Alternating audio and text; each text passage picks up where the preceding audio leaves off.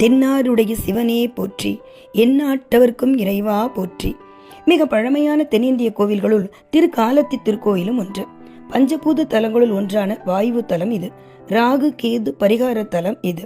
அருள்மிகு ஞான பிரசுராம்பிகை உடனாய ஸ்ரீ காலத்தீஸ்வரர் அருள் வழங்கும் தலம்.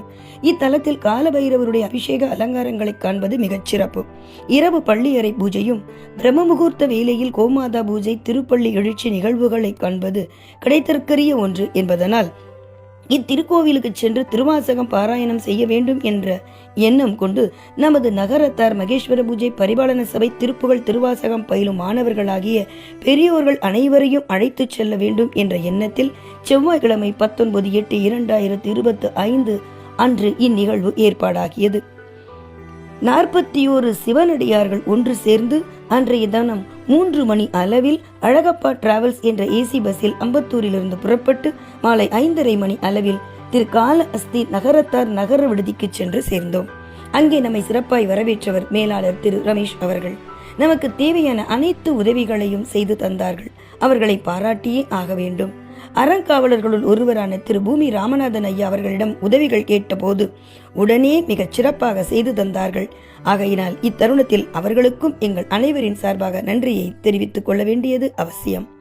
நகர விடுதியில் திருவாசகம் பாராயணம் செய்து 8 மணி அளவில் திரு காலத்தி கோவிலுக்கு கேட் நம்பர் 4 வழியாக சென்று பள்ளியறை பூஜை கால பைரவர் அபிஷேகம் இவற்றை கண்டோம். எல்லா கோவில்களிலும் நடக்கும் பள்ளியறை பூஜை விசேஷமானது என்றாலும் சிவன் கோவில்களில் நடக்கும் பள்ளியறை பூஜை கூடுதல் சிறப்பை தரும்.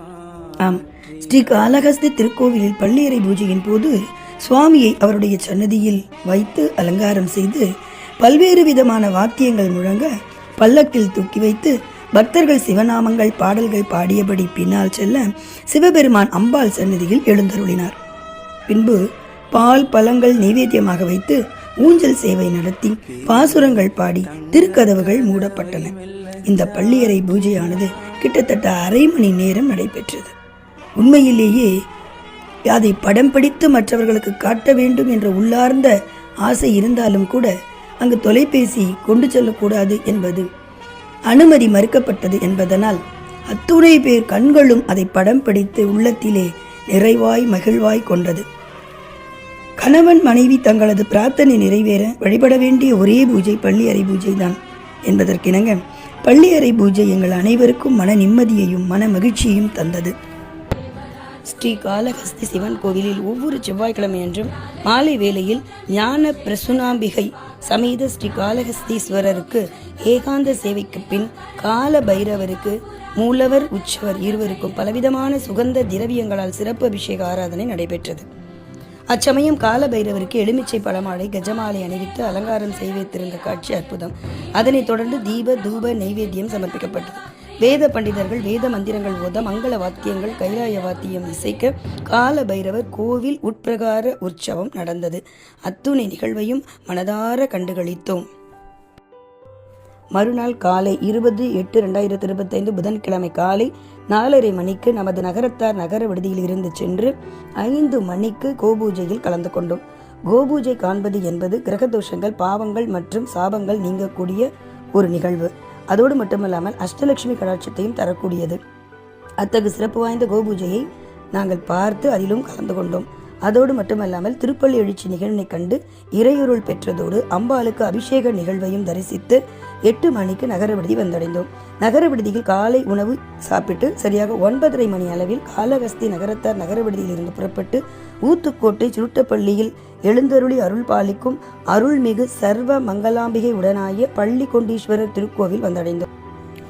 சிவபெருமான் பார்வதி அம்பாள் தேவியின் மடியில் பள்ளி கொண்ட நிலையும் அனைத்து தெய்வங்களும் தம்பதி சமேதராக காட்சியளிப்பது இத்திருக்கோவிலின் தனிச்சிறப்பாகும். மூலவர் அருள்மிகு மரகதாம்பிகை உடனாய வால்மீகீஸ்வரர். பிரதோஷ பூஜை தோன்றுவதற்கு மூல காரணமாக இருந்த தலம் சுருட்டப்பள்ளிதான் என்று சொல்லப்படுகிறது. அப்படிப்பட்ட சிறப்பு வாய்ந்த தலத்திலே நாமும் சென்று பிரதோஷம் என்று வழிபட்டது அத்துணை பேருக்கும் மனநிறைவை தந்தது. முக்கியமாக ஒரு ஆளை நாங்கள் குறிப்பிடணுங்க.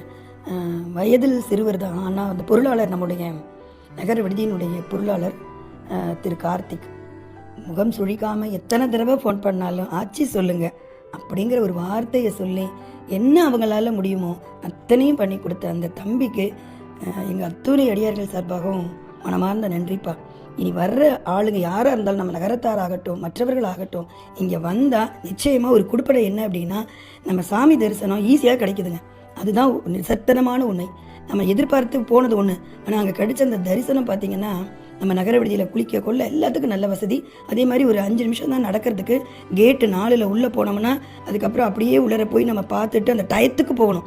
நைட்டில் இந்த நேரம் ஃப்ரீயாக இருக்கும்னு எங்களுக்கு எல்லாத்துக்கும் கோஆர்டினேட் பண்ணாங்க நம்முடைய பொருளாளர் கார்த்திகா. அதே மாதிரி அந்த டயத்துக்கு போனோம். அருமையான தரிசனம். அதனால அவங்களுக்கு ஸ்பெஷல் தேங்க்ஸ்.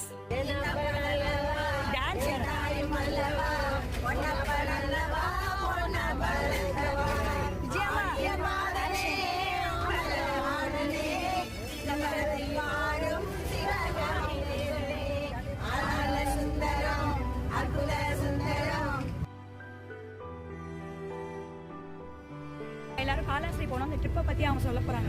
அதாவது லேடிஸாக ஆர்கனைஸ் பண்ணி சூப்பராக கொடுக்குறீங்க. அதுக்கு ஒரு அப்ளாஸ் கொடுப்போம். நம்முடைய காலாஸ்திரி ட்ரிப் வந்து ரொம்ப அருமையாக இருக்குது. நல்லா தெரிஞ்சுங்க. காலாஸ்திரி பற்றி போகணும்னு ரொம்ப நாளாக இருக்கையில் அமைப்பாக அமையும் நினைக்கிறோம். ரொம்ப சந்தோஷம். நல்லது. ரொம்ப நல்லா என்ஜாய் பண்ணுங்க. சரி, நாங்கள் ஃபேமிலியோட போயிருந்தாங்க. அந்த அளவுக்கு இதுவாக இருந்தது. கதை நல்லா இருந்தது. நல்லா சூப்பராக இருந்துச்சு. நல்லா பார்க்க போயிருந்தோம். காலஹஸ்தியில் பள்ளியரை பூஜை அருமையாக பார்த்தோம். காலையில் திருப்பதி பூஜை அதை விட அருமையாக பார்த்தோம். சுருட்டப்பள்ளியிலையும் தரிசனம் நல்ல தரிசனம். சாப்பாடு அருமை. அதை விட எங்கள் எல்லாரையும் பத்திரமா கூட்டிகிட்டு போனாங்க. உங்கள் அனைவருக்கும் நல்லா இருந்தது அந்த ட்ரிப். எல்லாருக்கும் ஃபர்ஸ்ட்